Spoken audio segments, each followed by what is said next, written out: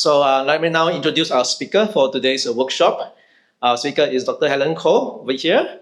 She's an experienced gerontologist, counselor, and educator at the Singapore Institute of Social Sciences, and she will draw on her personal and professional experiences to offer guidance on the spiritual and practical aspects of living well. So let's put our hands together. Welcome, Dr. Helen. Thank you so much, all of you. It's so nice to see all of you. When please feel free to call me Helen, okay? And when Pastor Jason asked me to give this workshop, I say, how can I say no? How can I say no? Because because of my journey through cancer, and I feel the Lord calling me to do this. And literally the whole church is like behind me, in a sense, you all have journeyed with me through that process.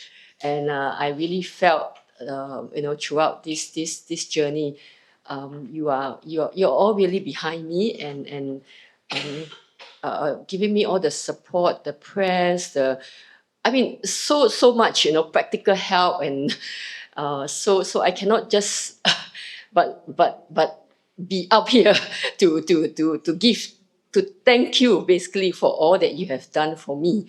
And of course I just want to mention my key pillar of support, my husband, Sumeng here, and my very core team of supporters as well, my cell group members. Can you please stand? those cell group members, yeah. Yeah, they have been such a wonderful, support to me, and I really thank the Lord for them. I said earlier on that when I was diagnosed with cancer, my oncologist said that the typical lifespan is 1 year. Okay, 1 year, and that was in early 2020. All right. Now, by next February, it will be 5 years, right, since my first diagnosis, and so it's really the grace of God, the power of God that I stand here with all of you to be able to testify, to God's goodness. Yeah. So thank you so much, all. I really I can't thank you enough for what all of you have been to me. I really feel the support of the church family. Yeah. So I really want to, thank you for all that. Yeah. Thank you so much. Yeah. Okay. I know this is a very sensitive topic in some ways. On one hand, we know that death is inevitable. Yeah. We all have to face that one day. But on the other hand, it's a subject that we rather not talk about it, isn't it? We kind of put it aside and we do not really want to confront it. Yeah, especially if you're of a younger age. Okay, if you're reaching 70s and beyond, probably you're a little bit more open to talk about it, right? But if you're below that, perhaps in the 50s or 40s, it's something that you don't really want to really dwell on it that much, because it's not the normal trajectory, isn't it? But for those in the 70s and beyond, that is part of life. That's your next phase. Okay. But even then, despite whatever illnesses, you might still kind of prefer to put it aside. Yeah. Okay. So let's come back to this subject of living well. Let me just share with you what, perhaps, let me show you my slide. Living well. Okay, what does it mean to you? I'd like you to just think a little bit about it. All right, take a minute or so. What does living well mean to you? Okay, and I would like to hear, this is a workshop, by the way. Yeah, so a workshop, a workshop means that you work, I shop. Okay, okay. Okay, so you're going to be doing quite a lot of work, okay? If you think that you're just going to be here listening and being entertained, no, it's not the case. Okay, all right. So, so what does living well mean to you? I'd like to hear a few sort of responses from all of you. Not everyone, we won't have time for that, but perhaps some just quick answers, short answers. That's fine. Yeah. Living well with no regrets. With no regrets. Very good. Wonderful. Yes. Yeah. What else? What comes to your mind? What does it?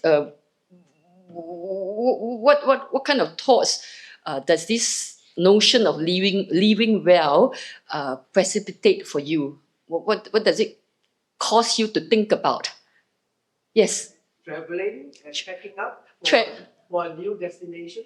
That's interesting. Traveling and packing up for new destination. And what is that destination? Kingdom. Kingdom, okay. Our eternal kingdom, right? Our heavenly kingdom, yeah. Okay. Maybe one or two more responses, yeah? Yes. Sorry? Peace, yes. Great. Peace with yourself and with others. All right. Wonderful. Yes. Sorry? Die happy. Very important, right? Many of us, we always talk about happiness, right? Being happy, being contented. Yes, Alison, yeah. Manage to pass the baton. What do you mean by the baton? If you can elaborate a little bit. Uh-huh. Okay. Missions, yes. Okay. Yes.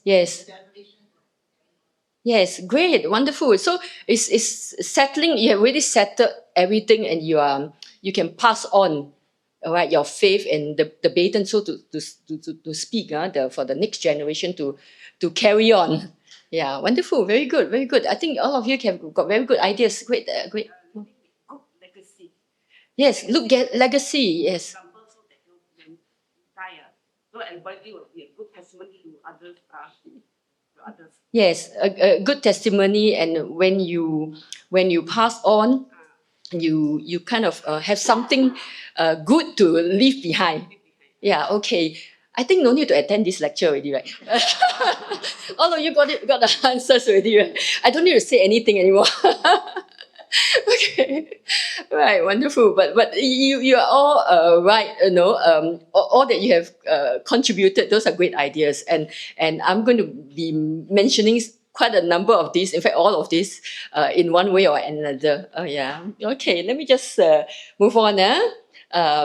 Okay. So this is my cancer journey. Just to give you. This is not to complain to you, okay, about how tedious, how difficult it is. It's not that. Okay, but just to give you an idea about that this journey, because I'm going to draw on this as a background in what I'm going to discuss afterwards. So I need to kind of let you understand what the process. Yeah. So I mentioned earlier on diagnosis 2020, February. So it's stage 4 high-grade primary peritoneal cancer. By the way, if you don't know what is peritoneal, it doesn't matter. Before my cancer, I don't know what. I've never heard of that term of peritoneal or peritoneum. Okay. So that's okay. And so stage 4 high-grade, which means that it's the highest of the highest. Okay. So which was why my oncologist said, typical lifespan 1 year. Okay, so it's quite amazing that I'm still standing here today and sharing this with you. It's really God's miracle. And then went through this chemotherapy, for 18 weeks, every week for 18 weeks. Yeah, then maintenance chemo, and then after that, then I got better. I was in remission. Then cancer markers began to climb again in 2021, March, April or so. Okay. And then I went for surgery in June 2021. All right. And then another round of chemo. Okay. For 18 weeks. 10 day interval at 10 days interval. Yeah. So after that, another some more maintenance chemo throughout until November 2023. Actually, my doctor, my oncologist wanted me to continue until end of this year. Okay, but I say no. I think I have enough. I feel that there's so much chemicals in my body, that I cannot can't have any more chemicals. Yeah. All right. So basically, what I'm trying to share here is that it is truly an arduous journey. And after my second surgery, okay, the first one was a very major surgery. The second one not as major, but because additional lymph nodes were removed, and so I think some of you received my updates, right? Right. The additional lymph nodes were removed, or additional lymph nodes were removed. Because of that, I was very susceptible to a condition, or a bacterial skin infection known as cellulitis. So at one point in time, during that time in 2021, between July and about 4 months, in the span of 4 months, July and I was also having that second round of chemo. Between July and November, about 4 months, I had like 7 episodes of cellulitis, 5 of which required hospitalization. Yeah, hospitalization. Yeah. So 5 rounds, and each time it's like for 5 to 6 days. So I was like, and the amount of antibiotics that was pumped into my body, you can imagine, it was all very strong antibiotics. So each admission means that IV, intravenous drips, and also also just to mention that aside from that, besides the drips, I was it was a very, very painful process during that period. I will share about one is a very dear sister-in-law who also passed away during that time in September. So that was a very painful time, so that is all the kind of the physical, the emotional, the psychological pain, plus the sense that I don't know, whether I will I pull through it, will I get out of this entire process, and honestly speaking, at that point in time, I was like so down that I was like kind of asking God, no, I mean, maybe it's better to leave, to leave this world, not to continue, because it's just so painful. It was really hard, but I thank God that is over, right? He has sustained me, and really by all your support, your prayers, that I'm still here, and that season is over, and I hope you will not recur. Yeah. And really, I mean, and I'm just praying that there will not be a recurrence, because I had a relapse in 2021, and technically when you're considered to be in remission and not healed until 5 years after your so after my relapse in 2021. So I won't be kind of considered cleared until 2026 in that sense. So the to abbreviate this story, you all need to pray for me more. Okay. All right. So anyway, I just want to thank you all for your prayers. Yeah. Okay, let's begin with the end in mind. All right. Typically, so the process of this cancer journey caused me to think quite a lot about death, about end of life. Okay, and so for us to I thought perhaps drawing on my own professional experience and knowledge, I just want to share with you some of the typical end of life concerns and pains that people experience. Okay, it's not meant to be academic, right? But it's just that to give you that sort of a overview. Okay, so today the outline of this workshop is going to be, I'm going to discuss to touch on this issue of pain, all right, and then I will discuss peace. All right. One of you mentioned about peace earlier on, which is really, really very, very appropriate. And practical matters, which we need to know. How do we prepare ourselves to live well? And preparation. Okay. So later on, you need to do some work to think about your preparation. All right. Okay. So the notion of total pain in the research literature, this term total pain is actually coined by Dame Swaندers. She was the founder of the modern hospice movement, all right, and it was first articulated in 1964. All right, so what is this? This concept of total pain actually comprises various aspects according to, or rather, various domains according to Dame Swaندers. So the physical pain, the psychological, emotional pain, the social pain, spiritual pain, and in Singapore context, financial pain is a very, very important area, right? Because the cost of medical care and really is quite a very concerning issue. I'm going to explain each in turn. All right. So physical pain. So I think we are quite. It's quite evident now. We know about that, and I already shared with you about my lymphedema and the pain associated with my treatments. And then of course it also could be exacerbated by poor health literacy. Sometimes you do not. You don't even know what to ask the doctor. Okay, as patient or as caregivers, you don't know where to begin. Yeah. And psychological pain, okay, anxiety and depression are most frequently experienced emotions at the end stage of life. So if we know what we might be experiencing at the end stage of life, I thought I'll share this with you so that then you begin to prepare yourself. All right. If you should encounter that, or if people that your loved ones, may be, in that kind of situation. Okay. So as we know, as we understand the different domains of pain. Yeah. So according to research, the anxiety and depression are most commonly, frequently experienced emotions. So people are anxious about those left behind. For example, my father-in-law, I would say that before he passed away, he was very concerned about my mother-in-law. All right, because he was saying, no, so who is going to look after her? Will she be all right? Can she cope?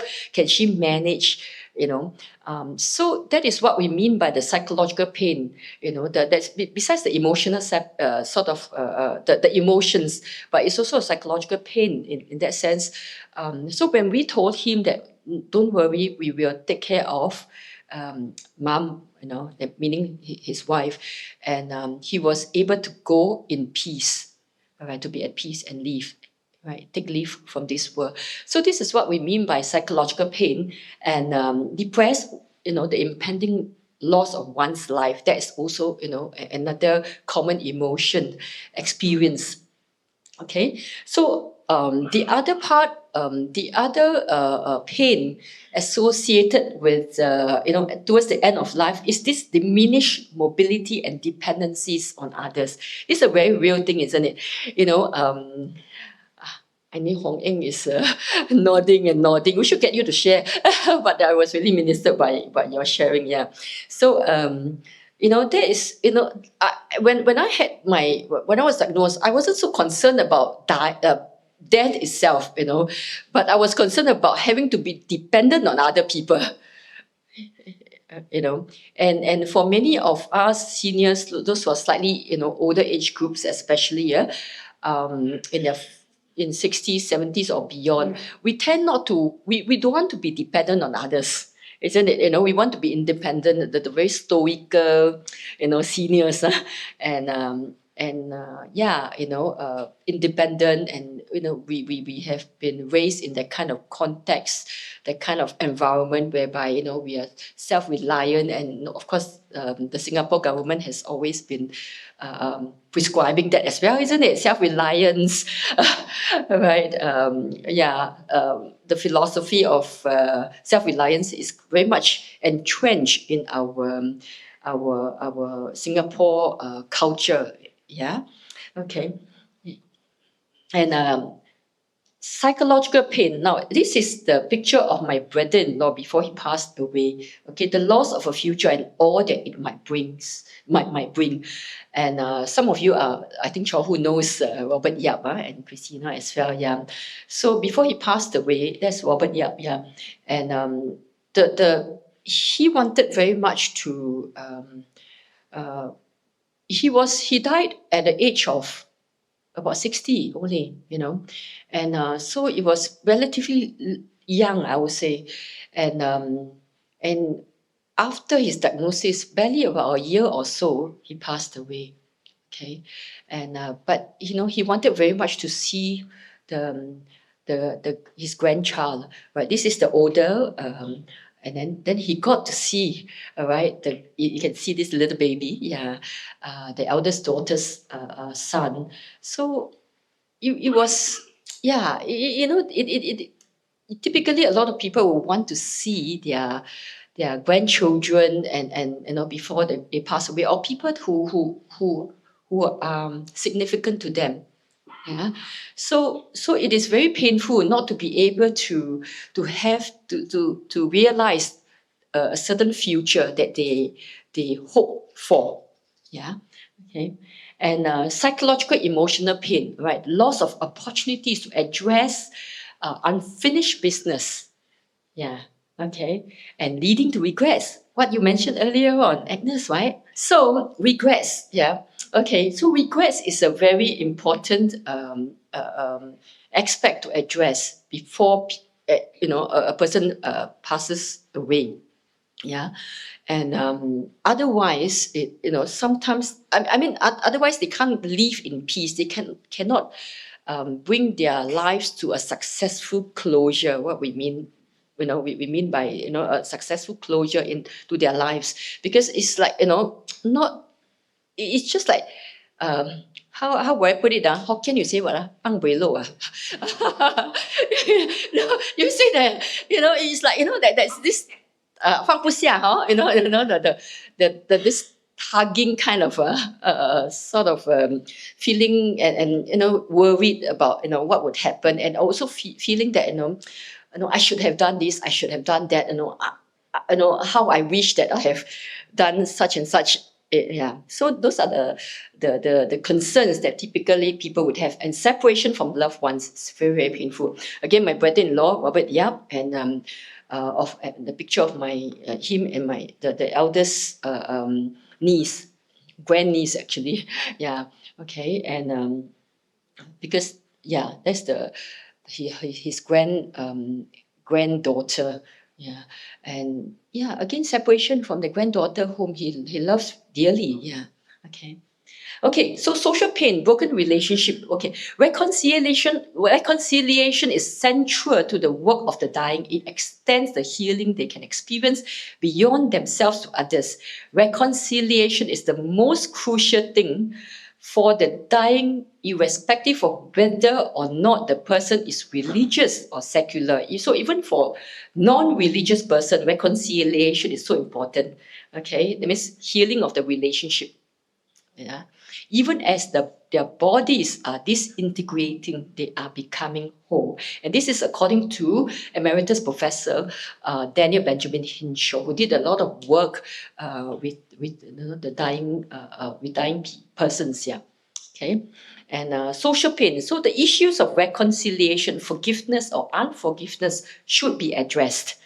Okay. So where possible, if we have certain applying it to ourselves, if we have certain issues concerning this part of forgiveness and unforgiveness, this is where we need to begin to heal those relationships. All right, so that at the end of our lives, we don't have to feel the sense of regrets that, I don't have an opportunity to do so anymore. I can't go in peace. I can't live in peace. All right.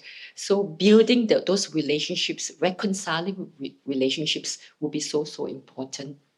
Okay. And as I mentioned, regrets. All right. Dying may never be able to let go or arrive at a peaceful or satisfactory resolution. Okay. To achieve a good death. Yeah.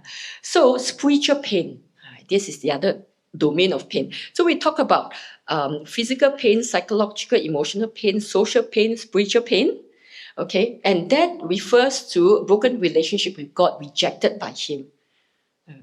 All right, and separation from loved ones, especially in the Singapore context, those who subscribe to different faiths, right, within the family, or significant others who may not subscribe to your faith, and that is very, very painful, isn't it? I mean, can you imagine? If you know that you are going to heaven, but your loved ones are not, and that's why we pray for our loved ones, isn't it?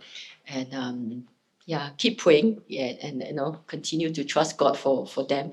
But that is something that is that is a very real pain, yeah. And spiritual pain is also rejected by. Sorry, I think okay, yeah.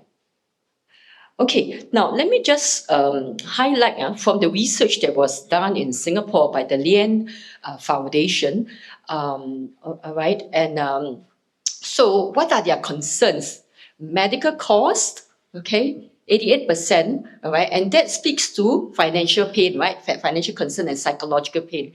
You see, what I have done is that they did this part, and I kind of put them together, all right, in this table. So, the medical cost speaks to the financial part and the psychological part, basically, the psychological pain and the financial pain. And that is the concern for majority, a high, very high proportion, almost 9 out of 10 are worried about medical costs.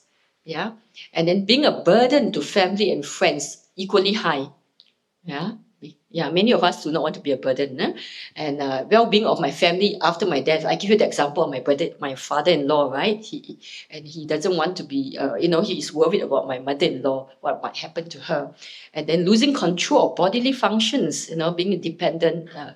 So you can see that this basically speaks to the different domains of pain that I just explained. Okay, let me move on. For me, when I was, as I think about my later years and at the end of my life, what is most concerning for me is the achievement of peace. Yeah, and the achievement of peace pertaining to especially these aspects of spiritual peace, which basically is the flip side of spiritual pain, isn't it? If I achieve spiritual peace, then it's less likely that I would have spiritual pain. Okay, and then relational peace, which is basically similar to social pain, yeah, and psychological and emotional pain. Now, let me explain a little bit more about what I mean by spiritual peace. Okay, now spiritual peace refers to, as a Christian, I have peace with God, right? And I also have the certain hope of eternal salvation. Okay, and because of what Christ has done for me, I also have the transcendent peace of God. Okay, yeah. So we have peace of God and peace with God, right, as a Christian. Now, at the end of my life, one of the things which I really would be very concerned about is that whether I've fought the good fight, I've finished the race, and I've kept the faith. All right. I think many of us can resonate with that. If you are a Christian, you're a believer, I think that you probably can resonate with that. And of course, some of you here may not be believers or may not be Christians, and you may have you may subscribe to other beliefs, and that may not be your goal, yeah, to attain spiritual peace. Yeah, and the other thing which I'm concerned about is to hear what the Lord or to hear this sentence, these words from the Lord. Well done, good and faithful servant. Enter into the joy of your master. That's what I would like to hear. Okay, so it's for you to think about. Later on when we get into this exercise or activity, yeah, for you to think about what is it that would help you to attain spiritual peace. Okay, and it's for you to think about, to ponder. Yeah. Now, precipitating, or rather the arising from my illness, I did quite a lot of, I engaged in much reflection, and in my early update, just shortly about 2 months after my diagnosis, okay, I was reflecting much about death preparation, okay, because of the stage and grade of my cancer, and I was asking those questions. Why should I prepare for my death? Death is an absolute certainty. That's a given. I mean, and the brevity of our life here on earth. So that after my death, or rather, even if I could have 5 or even 10 years, my visit on earth is still going to be very brief, isn't it? I mean, many of us can probably resonate with that as well. Even if you have extension of 10 years or even 20 years, it's going to be very short, compared to eternity, that brief period, yeah. So I should then invest my time, energy, resources, and pass on my values and attitudes and beliefs, principles that I hold dear to the next generation. They talk about legacy. Yeah, Agnes, well done. Yeah, all right, legacy, yeah. All right, so that after my death, they could go on to contribute to make the world a better place. Okay, and so this notion of legacy, yeah, and yeah, but why should we concern ourselves with creating a better world? Can we not just satisfy our own needs and wants and that of our families? Right? Sometimes some of us, when we just look at it, oh, my family's needs, and that's it. I'm very convinced that as Christians, we are called to do more than that. Okay, because God so loved the world. That means every individual in the world, not just ourselves, our own family, immediate family only. Okay, so I do believe that every God loved the world, every single individual, and then because also of our shared humanity, whether they are Christians or not Christians, our neighbors around us, okay, they are still our brother and our sister, because we share the human. We belong to the same human race. In other words, yeah. So which is why we should be reaching out to them. That's my personal conviction that we need to do that. And I think it is not unbiblical as well, because if you look at it, God loves the world, right? Yeah. And and who I believe that who we are and what we are not simply the result of our own efforts. They are endowed by our created God. We are where we are right now, or what we have accomplished, is really not our own efforts alone. All right. If it's not because of the opportunity, God has given you the opportunities, the gifts, the talents, you will not be where you are. And the people around you, the support that I have, the community that I have, I wouldn't be where I am. Yeah. So I do believe that we are blessed to be a blessing, and to whom much is given, much is required. Yeah. And only the impact and contributions we make to others could have the potential to survive beyond our finite existence on earth. And my cancer diagnosis actually underscored that. Yeah, it has underscored that we our life is so short, and only what we do for others can survive beyond our lifespan. Yeah. Okay. So relational peace, I alluded that to basically social pain. Yeah. So right now, what I do is that, because of my own encounter and recognizing that typically when at the end of a person's life, they are concerned about the relationship, the social, the reconciliation. I devote a lot of time to building relationships. Yeah. So you need to think for yourself too. What do you want? How do you want your life to be at the last chapter of your life, the end of your life? How do you want it to look like? Yeah. Okay. And okay. So psychological peace, again, regrets. Yeah, this notion of regrets. Yeah. So I won't deliberate too much on that, because I think we have covered that. Okay, so let me go on to the practical matters. Okay. Now, ACP, I'm not sure how many of you have heard of this, the practical matters. Well, basically, this advanced care plan, basically, it is a process where people discuss, or rather, those not just dying persons, you can do your ACP anytime actually, because you really do not know what might happen to you, right? I could meet an accident even if I don't die of cancer, right? And I step out of this place and I could meet an accident, and yeah, so ACP can be carried out anytime. All right, you state and document your values and wishes, and especially if you have a very specific wishes that you want your family member to take note of, and you want them to carry out those wishes, or whatever wishes or desires that you might have. And in the event that you can't, you become incapacitated and you're not able to even tell them after that.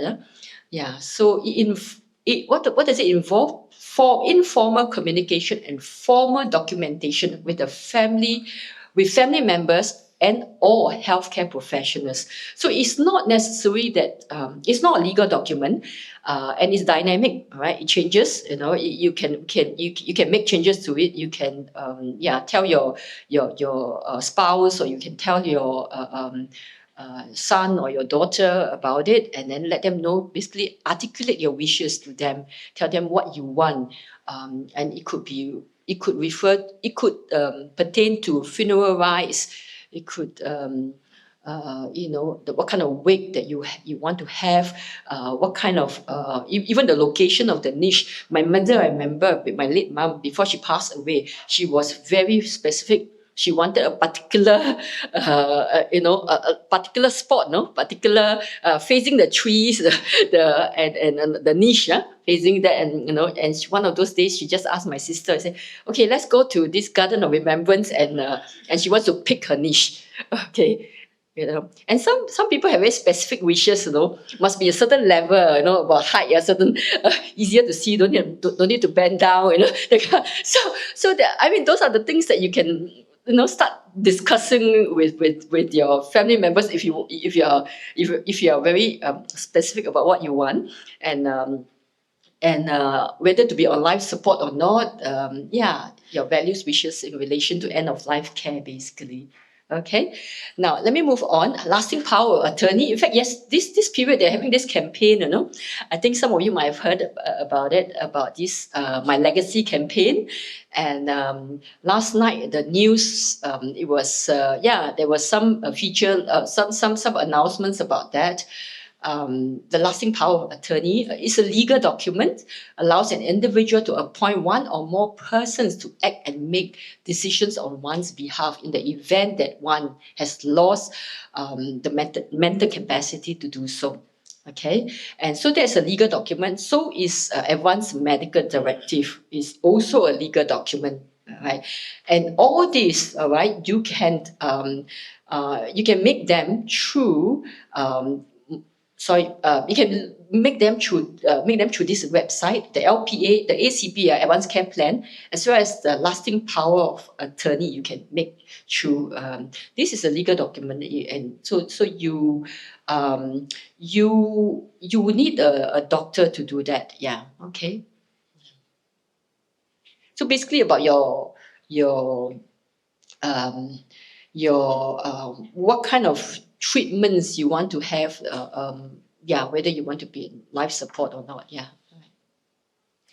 Okay, other practical matters: gather or consolidate important documents. For example, your will, certain instructions or actions which are important to you. And manage the digital assets, even passwords and all that.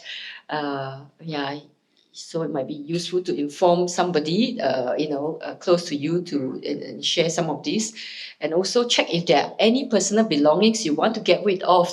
Now, this is a very interesting thing, because sometimes as I was thinking about it, I said, maybe we really need to declutter.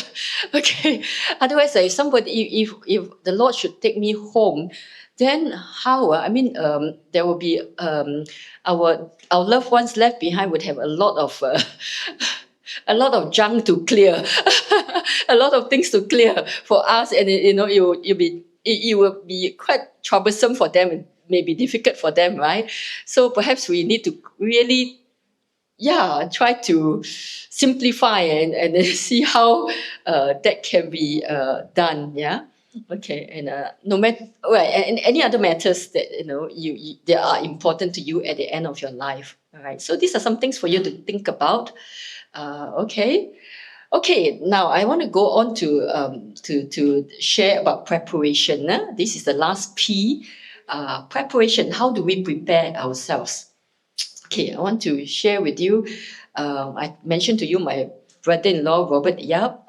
Yeah, and a very very dear brother-in-law actually. I actually during my university days, he's much older, quite a lot older. So it's like he's like a big brother to me, and yeah, during my university days, I actually stayed at Robert and Doreen's place, my sister Doreen. Yeah, and so at the end of their life, of his life, when I was attending his or before he passed away, we wanted to do a celebration of life party for him, and so this was where I got invited all the friends and family members to share their tributes.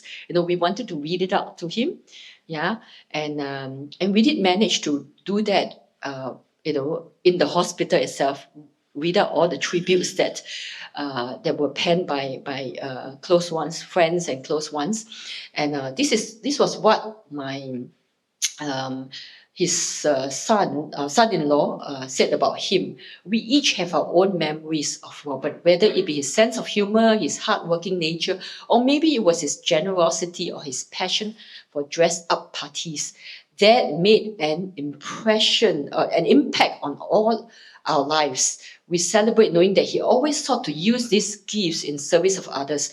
Robert was a selfless man, always seeking the good of others. Okay, this was what others said about him. William and Pastor William and Iris Lee, actually, they were good friends as well. Over the years that I've interacted with Robert, I'm impressed by his great enthusiasm and can-do spirit. He has a great sense of humor, right, and a compassionate heart. He's also a highly competent marketplace professional who excelled in his work and career. As a family man, Robert takes great interest in the lives of his children. Iris and I attended the wedding of his two daughters, Teresa and Tracy, and we are truly amazed at the amount of effort Robert put in personally. So he really took a lot of pains for the wedding of the Tracy and Teresa. So when Robert came to Singapore to organize Teresa's wedding, they live in Sydney, by the way, but they had Teresa's wedding in Singapore. He went to the extent of inviting a blind busker, whom he noticed singing at the Orchard Road underpass to sing at his daughter's wedding. So what I like to highlight is that his heart of compassion, no, right? He will invite the blind busker that he met.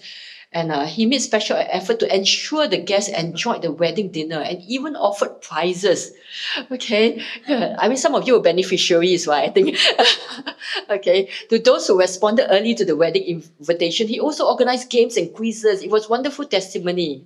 Okay, and for Tracy's wedding, he organized a team wedding with a Paranakan flavor.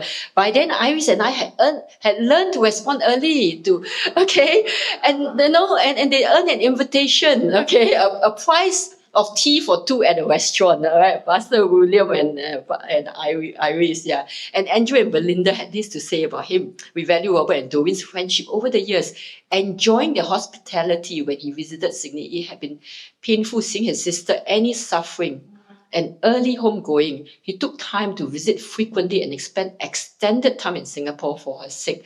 This reflected deeply a brother's love, his heart for young people, and how he related to them etched in my mind as I observed how he related to our son's pre-national service. Yeah, of course, my husband has this to say about him. All right. You have been more than successful. You have been significant in touching and blessing the lives of many, more than you could imagine or know. You have the stature of a leader, the perseverance of an athlete, the generosity of a kindred, the kindness of a brother, the wisdom of a sage, and the hospitality of a great host. And well, I'll skip this part, but basically, he's just such a kind and compassionate and loving brother-in-law. Yeah, and my sister, Roslyn, has this to say about him. We want you to know what your life has meant to us, a beautiful blessing sent from God, that we truly see a delicate but strong person, a loving and kind person, a sharing and giving soul, a wise and valued friend, a very beautiful person, a very moral human. You are the picture and example of a perfect soul, a person that we are so blessed to know in our lives. It is you and your love that has changed us. God, through you, has shown us who we need to be. I'm sharing these examples of people, real life people, because to help us to think about, what will people say about us? Of course, ultimately, it's not our main, we live for the approval of one ultimately, and that is God Himself. Yeah, that's the most important. But how, when you talk about legacy, what kind of gifts are we to people around us? Our lives, meaning as how our lives might be to the people around us. Okay, are we a gift to them, and what kind of gifts are we to them? Yeah. Okay. And I want to share about share about the life of my sister-in-law, Ko Yin Chin. She's truly, truly an angel sent by God. And this is what her husband said of her too. She's an angel. Yeah. And she, as you can see, she was actually in this, carrying this oxygen tank, okay, because she had lung cancer. She was diagnosed with lung cancer. And so this picture was taken, I had the privilege just before my surgery, after, my relapse was, my doctor told me about my relapse in 2021, in June 2021. And I had to go for surgery. Just before the surgery, I had the opportunity, the privilege of bringing her to the National Orchid Garden, because that was, she said, she thought it was even more beautiful than the gardens by the bay, or the flower dome. So I thought, okay, let's go, So I brought her there, and I just want to highlight and share with you her life. It's just so beautiful. She battled lung cancer for over 6 years before succumbing to it.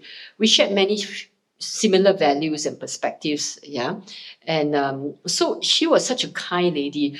Despite undergoing her own treatment, her cancer treatment, she actually came and visited me many times, and brought chemo caps for me, and she knew whatever that, and give me certain advice about how to cope, and what I perhaps should take, and and taking a bus, to come and visit me, and it's just such an amazing, such a beautiful lady, and I'm so thankful to the Lord for her. And I just felt that she understand what I was going through, because her own journey. Yeah, I'm going to show you a video later on, and of her memorial service, and what she, interestingly, what she shared. She actually planned her own memorial service, okay, and shared, and she decided not to have a funeral, not to have wake, but she actually recorded her memorial service. So it's something for us to think about. My husband may not agree for me to do that. He doesn't want me to do that. I told him, no, I like that idea.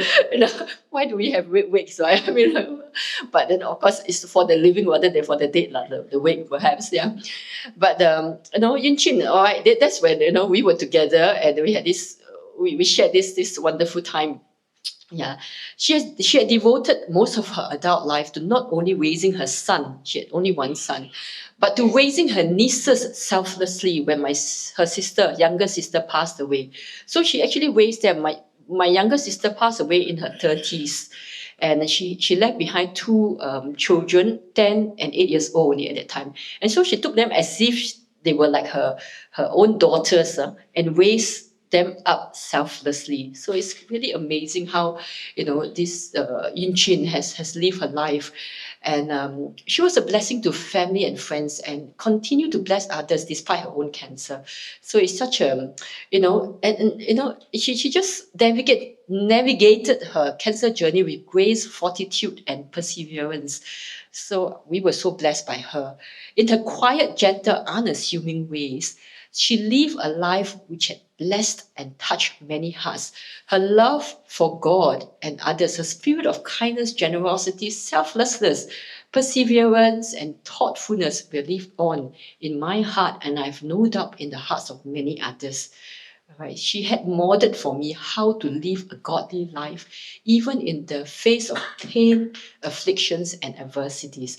So I want to share with you this video, recorded by her memorial service, this segment of it, and she had given permission to freely share it. And so if you like, you can just take this link and and access it, because you will be blessed by the messages and her life.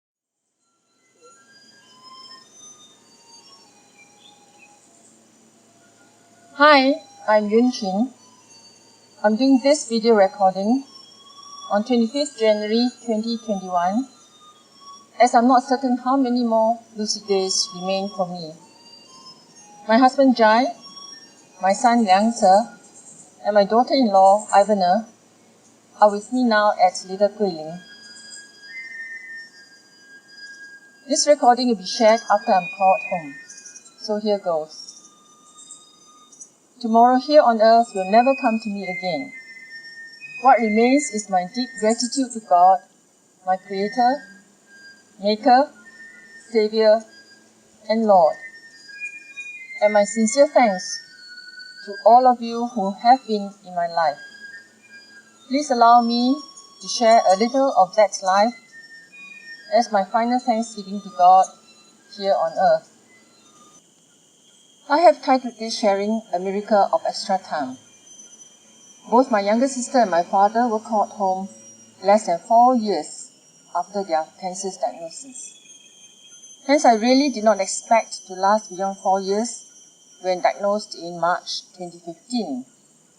So after about a year and a half later, I gave farewell gifts to family and friends as my tokens of appreciation to them for journeying with me through cancer. That I lived more than I had expected was indeed a miracle of extra time. I led a fairly smooth life until my early 40s. 3 crises brought the calm.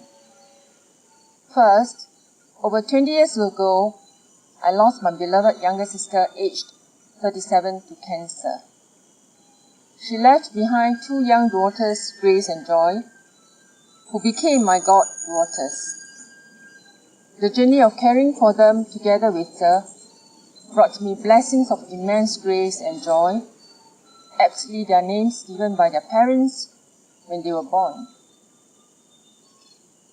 The second crisis came in 2011. I had a brain tumor excised.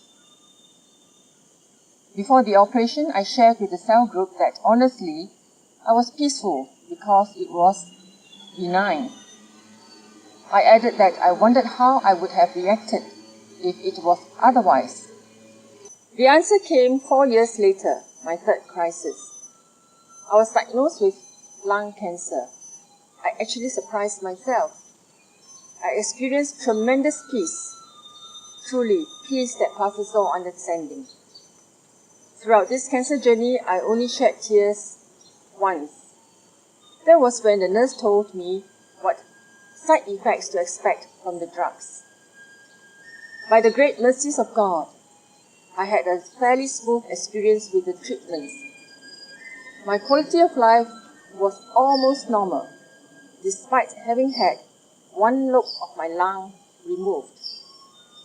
God sent angels to support me through prayers and encouragement,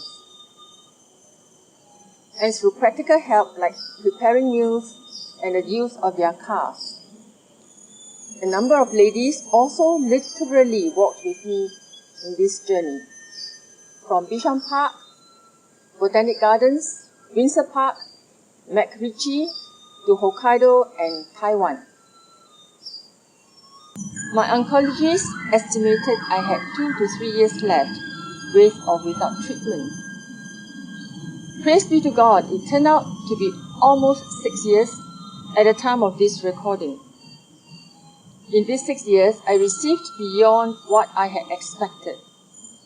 My son Ze and my goddaughter's Grace and Joy all got married. Grace gave birth to a son Kai En, and Joy is expecting Joash. I had never expected to live to be a Lau Lau twice.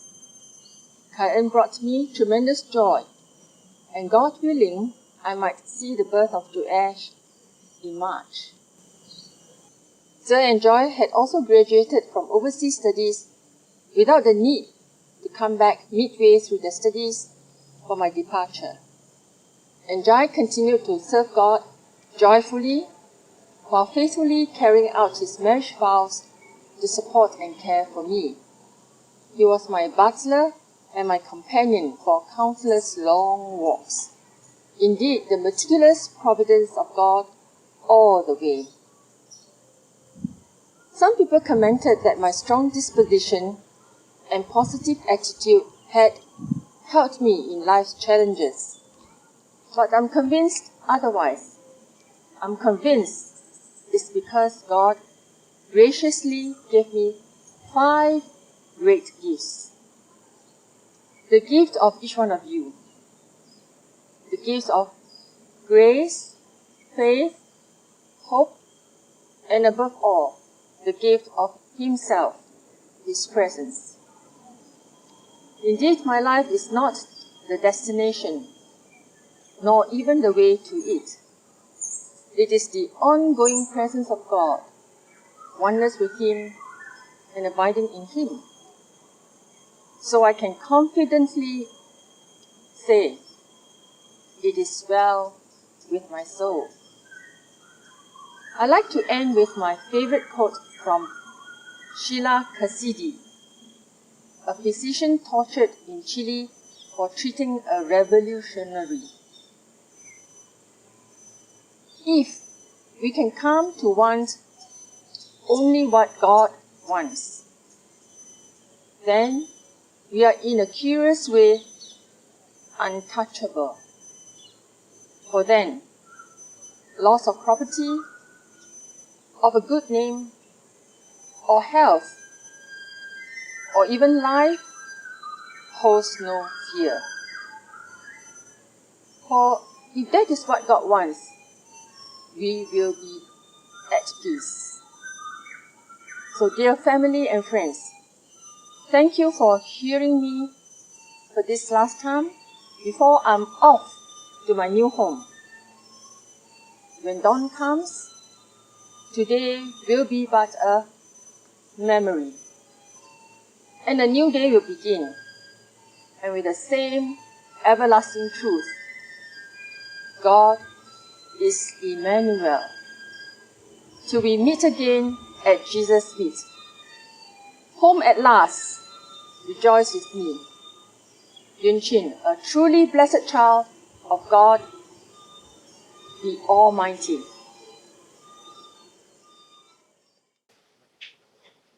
So it's now your turn. Okay. Well, two quotes I just want to highlight about which Lin Chin had often emphasized. The second one, which she mentioned in the video, if we can come to what God wants, we will have peace. Yeah. So, do we want the will of God? Yeah. If we want that, then we will attain peace. And joy is not the absence of suffering, but the presence of God. Yeah, in thy presence is fullness of joy. Yeah, it reminds me of Psalm 16:11, isn't it? In thy presence is fullness of joy. So, yeah, we can have peace, we can have joy if we have God, essentially. Yeah, that is her niche. I would say that my cancer diagnosis is a sobering reminder that our lives here on earth is very brief, as I've mentioned earlier on. I do not know my remaining lease here on earth. For me, as a Christian, my desire is to use that remaining time on earth to love and glorify the Lord, be a blessing to others, become more Christ-like, and because this world is not our home, as Jean has mentioned, all right? Her home, she's going back home. Our ultimate home is with Christ in heaven. Hearing all that I've said earlier on, how then should we live so that when the time comes, we may live well? Okay, how should we live our lives? You have heard the testimony, the stories of Robert Yap and Ko Yin Jin. And now, as I've mentioned earlier on, this is a workshop, okay, which means it's your work now. Okay, so this is going to be these are some questions for you to reflect on and to discuss. And firstly, are you ready to face death? Okay, consider all the various aspects. If yes, why so? If not, why not? What needs to take place for you to be ready, all right, to face death? I mean, in some sense, none of us will be fully prepared, but at least, at the cognitive level, we can say that, yeah, I think, spiritually, we can be somewhat prepared in some ways that it is okay if the Lord will take me home. Yeah. And how do you think this might be achieved? It is basically for us to think about that eventuality and how we can prepare ourselves, right? In that direction, basically. So what I would like you to do, because I think after hearing all that I've shared, it does require you to respond, yeah? And what better way is to be divided into groups, all right, small groups. I just want you to find people that you're comfortable with in groups of 5 or 6 persons. Ideally, not more than that. Yeah, smaller is also fine. I would really want you to think about this and reflect on this for about 10 minutes or so, and then share in your group. Okay, so as you listen to one another, as you think about some of these matters, you would begin to make some preparation, at least mentally, about what is important to you. Do you need to reconcile certain relationships? Perhaps do you need to deal with your ACP or your the other practical matters? What matters to you? What is most important to you? Okay, at this stage of your life, and what would you do to fulfill those? Okay, so I'm going to give you some time, about 10 minutes, to do your reflection, your personal reflection, and then you can share in your small groups for about 20 minutes. Okay, in groups of not more than 6 persons, 5, 6 persons, even 4 persons. That's fine. Okay. Well, we talked about the brevity of life, so I thought perhaps I will end off with this couple of verses. Why do you do not even know what will happen tomorrow? What is your life? We are a mist that appears for a little while and then vanishes. And I think by now, after all the discussion, we are very aware about that, right? Okay. And then the other one is that because of that, I would say because our life can be so brief, maybe ask, well, we need wisdom from the Lord Teach us, O Lord, to number our days that we may gain a heart of wisdom so that we may live wisely. Yeah. So again, I'm sharing this slide. Think about what is it that at the end of your life, what do you want to hear from the Lord? Okay. And finally, this slide here, well, let's live well so that when the time comes, we can live well. Okay. Very easy to remember, right? Even if you have dementia, you can remember, right? Live well to live well. Okay. Yeah, that's all, right? Live well to live well. Yeah. All right. Okay. Thank you so much, all of you. I really appreciate your time here.